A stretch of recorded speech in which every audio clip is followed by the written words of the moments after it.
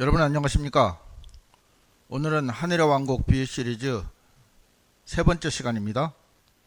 오늘은 겨자씨 비유에 대해서 말씀을 드리겠습니다. 먼저 마태복음 13장 31절 32절을 읽어보드리겠습니다. 그분께서 또 다른 비유를 그들에게 제시하시며 이같이 말씀하셨느니라. 하늘의 왕국은 마치 어떤 사람이 가져가서 자기 밭에 뿌린 겨자씨 한 알과 같으니라. 그것은 정녕 모든 씨들 중 가장 작은 것이라. 그러나 그것이 자랐을 때 채소들 가운데 가장 커서 한 그루의 나무가 되느니라. 그렇게 하여 공중의 새들이 와서 그 나무의 가지들에 깃드느니라.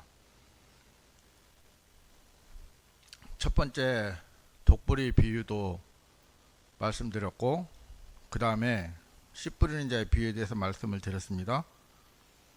다시 한번 강조하지만 여러분들이 보고 있는 개역성경은 하늘의 왕국이라고 번역이 되어야 하는데 천국이라고 번역이 되어 있어서 수많은 사람들이 이 말씀을 해석하지 못하고 자기 나름대로의 해석을 이 말씀에 끼워 맞춰서,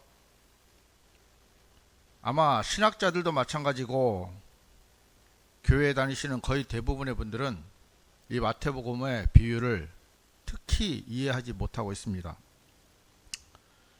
저도 예전에는 마태복음만 보면 참 머리가 아팠는데, 제가 신학을 하고 또 마태복음을 공부하면서 이 마태복음 13장에 나오는 비유들이 하나씩 이해가 되고, 그러다 보니까 성경을 보는 재미도 더해집니다.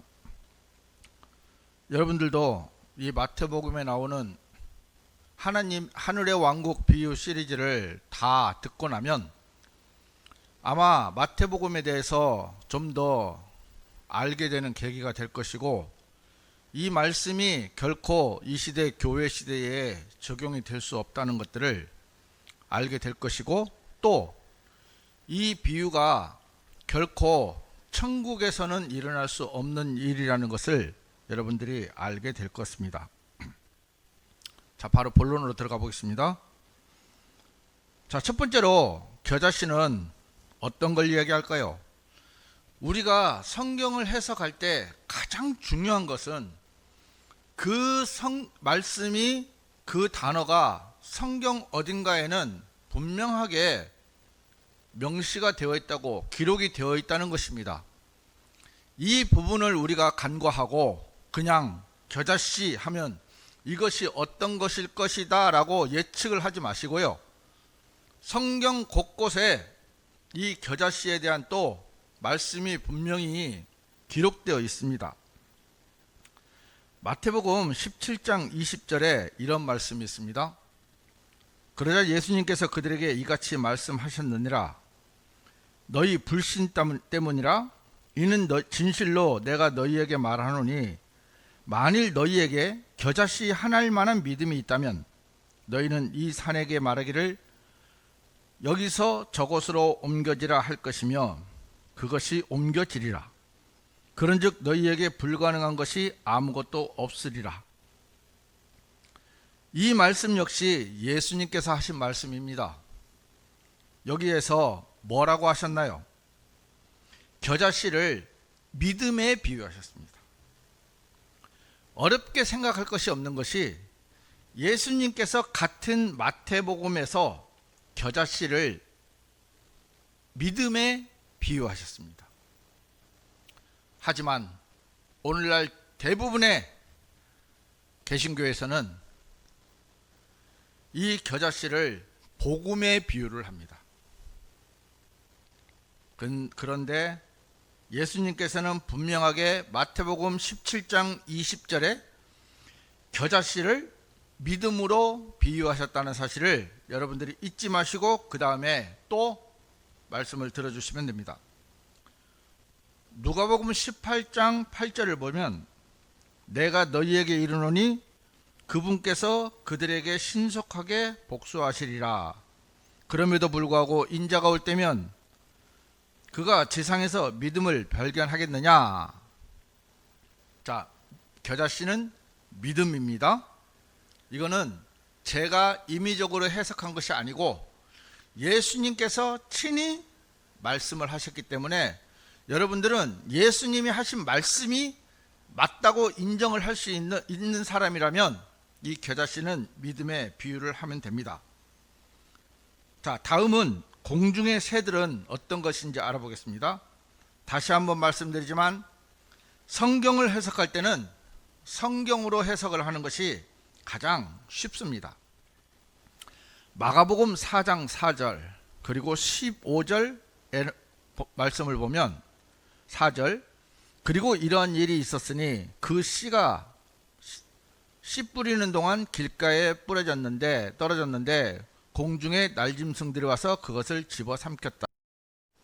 15절 그리고 말씀이 뿌려진 길가에 있는 것들은 이들이니 오히려 그들이 말씀을 들을 때 사탄이 즉시 와서 그들의 마음속에 뿌려진 그 말씀을 빼앗아 버리느니라. 그 다음에요. 요한계시록 18장 2절 그리고 그가 우렁찬 목소리로 매우 힘있게 외치며 이같이 말하였더라. 거대한 바빌론이 무너졌도다.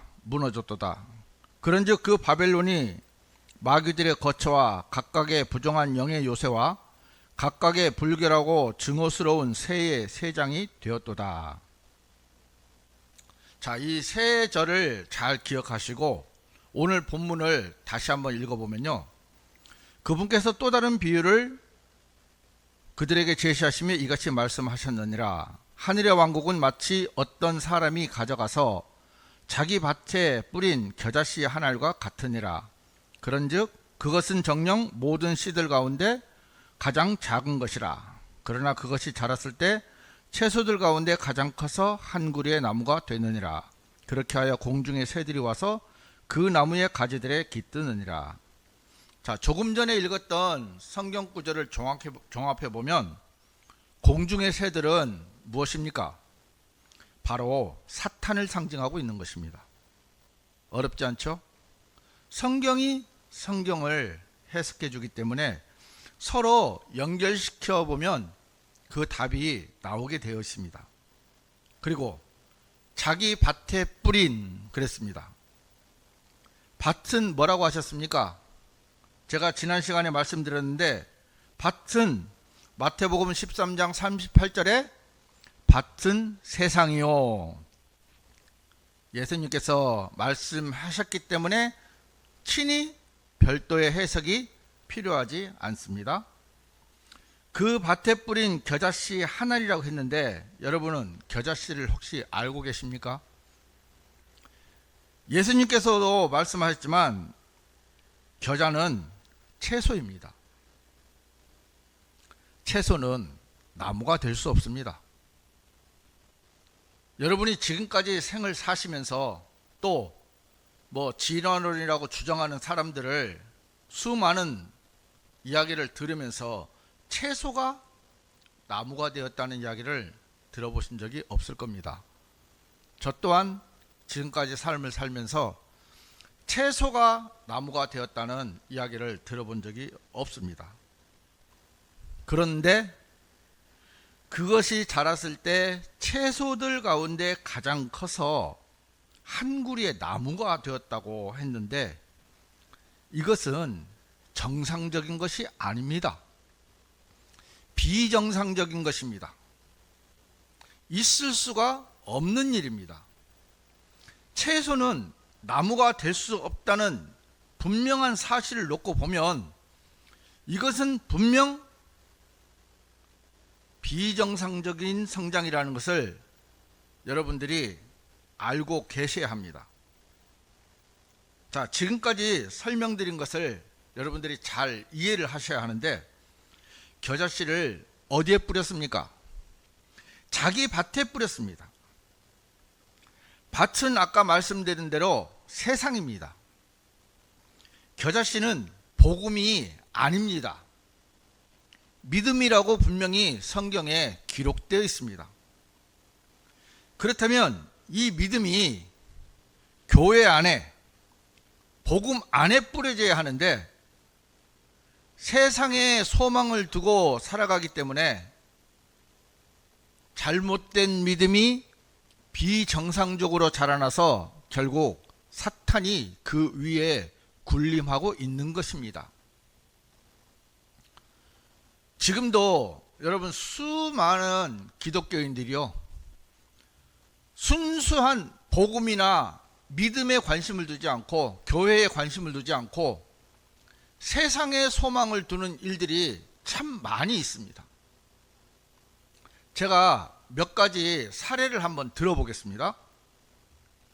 교회가 세상에 잘못된 믿음을 둔 여러 가지 사례 중에 첫 번째는 뭐냐면, 이 세상을 바꾸기 위해서 정치운동에 참여하는 것입니다. 제가 설교 시간에도 말씀을 드리고 시간 될 때마다 말씀을 드리고 있지만, 이 세상은 좋아질 수가 없는 구조로 되어 있습니다. 예수님께서 오시려면 이방인의 충만함, 즉 이 세상의 죄가 가득 차서 예수님이 재림을 하셔야 하는데, 정작 예수님의 재림을 기다려야 할 교회가 예수님의 재림을 기다리지 않고 이 세상의 평화를 유지하고 세상을 유토피아로 만들기 위해서 그것이 하나의 목적인 정치를 온 교회가 정치운동을 하고 있는 이 현실입니다. 잘못된 믿음입니다. 두 번째는 이 땅에 자유를 가져오기 위해 노력하는 것입니다. 정치운동에 대부분 참여하는 분들이 외칩니다. 자유민주주의를 수호하기 위해서. 이 땅의 자유민주주의를 수호하고 천년만년 예수님 없이 우리가 이 땅을 유토피아로 만들어 보자. 예수님 없이도 우리가 이 땅에 평화를 가져올 수 있다. 이런 생각을 가지고 자유민주주의 운동을 많은 교회들이 또 참여를 하고 있습니다. 또 세 번째는, 더 이상 교회들이 순수하게 복음을 전하는 교회가 정말 많지 않습니다. 여러분들도 눈에 보면 아시지만 대형 교회에 세습을 하게 되고, 또 총회장을 뽑기 위해서 돈을 수십억씩 뿌리기도 하고, 권력을 잡기 위해 온갖 수단과 방법을 가리지 않는 교회들이 이 시대의 거의 대부분입니다. 정말 말씀을 순수하게 전해야 할 목사님들이 개인의 사리사욕을 채우기 위해서 신도들의 피를 빨아먹는 거머리처럼 나만 잘 살면 되고, 나만 돈을 벌고 재물을 모으면 된다는 그런 사고방식을 가지고 사역을 하고 있기 때문에, 순수하게 교회의 복음에 몸바치고 헌신해야 될 분들이 돈과 재물에 모든 것을 바치고 집착하는 것 때문에 교회는 비정상적인 성장을 할 수밖에 없습니다. 네 번째는 과학이나 인간의 지식을 신뢰하기 때문입니다. 제가 예전에 어떤 분의 글을 읽었는데, 이분이 하시는 말씀이 저에게는 좀 충격적이었어요. 그동안에 정말 성경적으로 잘 글도 잘 쓰시고 또 종말론에 대해서도 잘 강의를 하시는 분이라서 제가 글을 계속 읽고 있었는데, 어느 날 이런 이야기를 하더라고요. 나는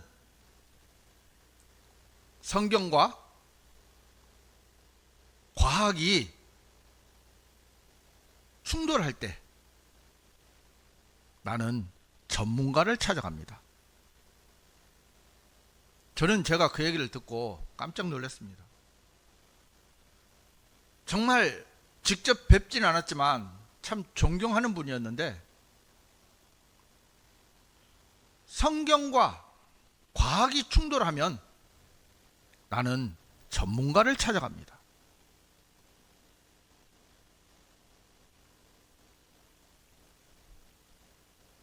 세상에는요, 정말 이 성경보다 과학이나 인간의 지식을 신뢰하는 사람들이 참 많아요. 여러분들 교회뿐만이 아니고 대형 교회 목사님들 설교를 한번 들어보시면요, 철학자 누가 그랬더라, 누구는 이런 말을 했더라, 누구는 이런 말을 했더라, 누구는 이런 말을 했더라, 이것이 정말 많이 있습니다. 설교 시간 30분 40분 동안 하나님의 말씀인 성경을 강의하는 것보다 아리스토텔레스는 이런 말을 했더라, 뭐 뉴턴은 이런 말을 했더라, 뭐 철학자 누구는 이런 말을 했더라, 이런 말을 설교 예화에 참 많이 넣고 있습니다. 그들은 성경을 100% 신뢰하기보다는 성경을 하나의 교재쯤으로 생각하고 그 나머지는 세상 것에 대한 지식으로 그들은 설교를 하고 있는 현실인 것입니다. 여러분들이 봐보세요.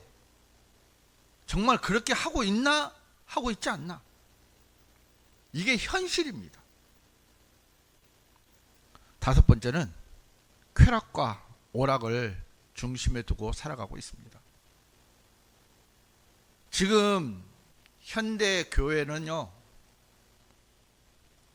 락 음악이 판을 치고 있습니다.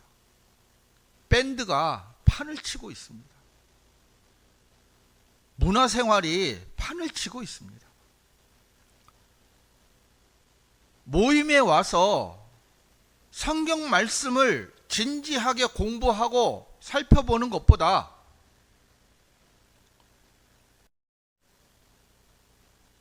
락 음악에 맞춰서 찬송을 하거나 영화를 보거나 문화생활을 하거나 취미활동을 하는 그런 교회들이 점점 늘어나고 있습니다.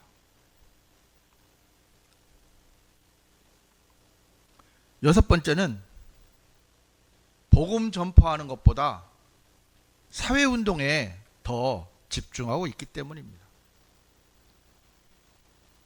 지금 거리에서 복음을 선포하고 계시고 전도하시는 분들이 얼마나 됩니까? 여러분들이 교회에 다니시면서 아니면 교회에 다니지 않는 분이라 할지라도 여러분들이 다니는 길거리에서 순수하게 복음만을 외치는 그런 복음 전도자들을 얼마나 보셨습니까? 대부분 전도를 나오면 사탕에 전도지를 끼워주고 우리 교회로 오세요, 우리 교회로 오세요, 아니면 노숙자 밥을 해서 노숙자를 대접하고 독거노인들의 도시락을 준비하고 불이웃을 하는, 물론 그게 나쁘다는 게 아닙니다. 하지만 그것보다 먼저 전제되어야 할 것은 교회는 복음 전파가 제1의 사명입니다. 그런데 하나님께서 명령하신 가장 중요한 복음 전파에는 관심이 없고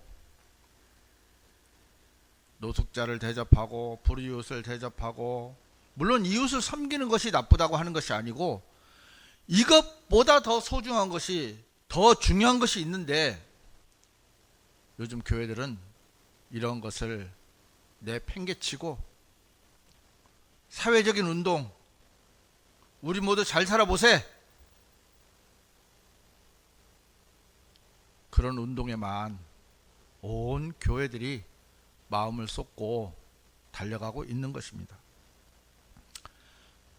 마지막으로 일곱 번째는 지역사회와 하나 되려는 움직임 때문입니다. 대부분 보면 물론 그것도 나쁘다고 하는 것이 아니지만 조금 전에 말씀드렸던 것처럼 우리가 가장 선행되어야 할 것은 무엇입니까? 복음 전파입니다. 그런데도 지역 유지와 또 지역 국회의원과 시의원과 단체장과 어떤 분은 이런 분이 있어요.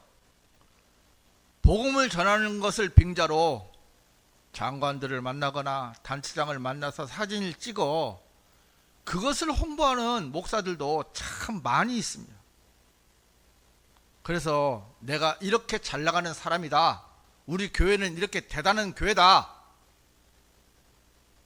하지만 예수님께서는 그렇게 말씀하고 계시지 않습니다. 진정 하나님을 올바르게 섬기는 모든 사람들은 박해를 받으리라 했습니다. 잘못된 믿음을 세상에 뿌리고 있으니까 교회가 비약적으로 성장을 합니다. 1000명, 2000명, 10,000명, 20,000명, 100,000명. 우리 교회는 이런 교회다. 자랑을 하고 있습니다. 하지만 분명하게 말씀드리지만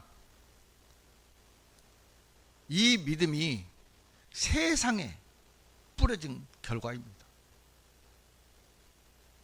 디모데전서 4장 1절 2절에 이렇게 말씀하고 계십니다. 이제 성령께서 명확하게 전하시나니 마지막에 가까운 시대들에 어떤 이들이 믿음으로부터 떠나 미혹하는 영들과 마귀들의 교리들에 관심을 두리라는 것이라. 그들은 위선으로 거짓말들을 전하니 자신들의 양심을 뜨거운 인두로 지져지게 되었도다.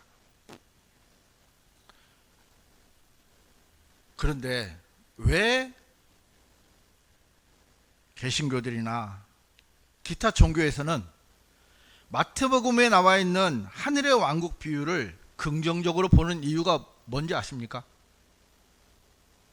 그건 개역 성경에 하늘의 왕국이 천국이라고 비유되었기 때문입니다.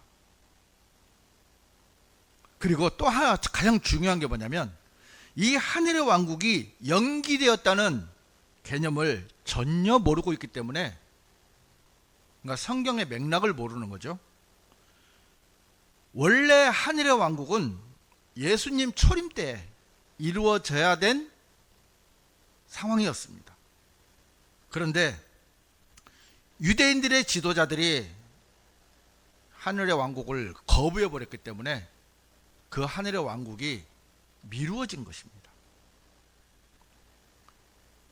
마지막으로 또 하나 이유가 뭐냐면 이 세상이 우리가 노력하고 애쓰고 힘쓰면 점점점 더 일 수 있다는 후천년적 생각이 그들 속에 자리 잡고 있습니다.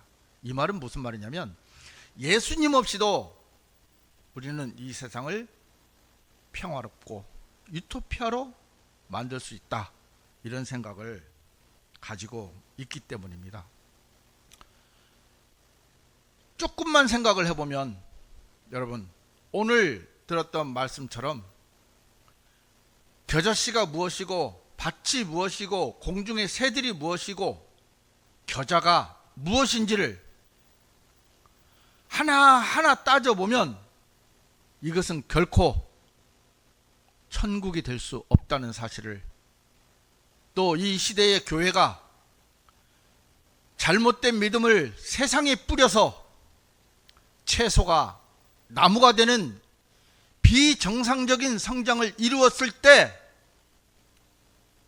공중의 새들이 그곳에 깃든다고 했습니다. 디모데 4장 1절 2절 말씀이 명확하게 우리들에게 설명을 해주고 있습니다. 어떤 이들이 믿음으로부터 떠나 미혹하는 영들과 마귀들의 교리들에 관심을 두리라는 것이라. 이 겨자씨 비유는 마귀들의 교리를 예수님께서 우리들에게 알려주시고자 하는 것입니다. 믿음을 교회와 복음에 쏟지 않고 세상에 심은 그 결과는 결국 사탄의 먹잇감이 될 수밖에 없고 사탄의 장난에 놀아날 수밖에 없는 이 시대의 교회를 주님께서 비유로 말씀하고 계신 것입니다. 여러분, 이 세상은 결코 좋아질 수가 없습니다. 예수님께서 다시 오시는 그날은 이 세상은 죄악으로 가득 차서 더 이상 방법이 없을 상황이 될 수밖에 없는 구조로 흘러가고 있습니다. 여러분들이 마태복음을 정확하게 이해하시게 되면 하나님께서 우리에게 주시고자 하는 하늘의 정말 놀라운 영적인 양식들이 우리에게 주어질 수 있고 우리가 성경을 명확하게 한 장 한 장 이해하면서 넘어갈 수 있는 놀라운 계기가 될 것이라고 생각이 듭니다. 오늘은 여기까지 말씀드리겠습니다. 다음 주에도 하늘의 왕국 비유 시리즈는 계속됩니다. 감사합니다.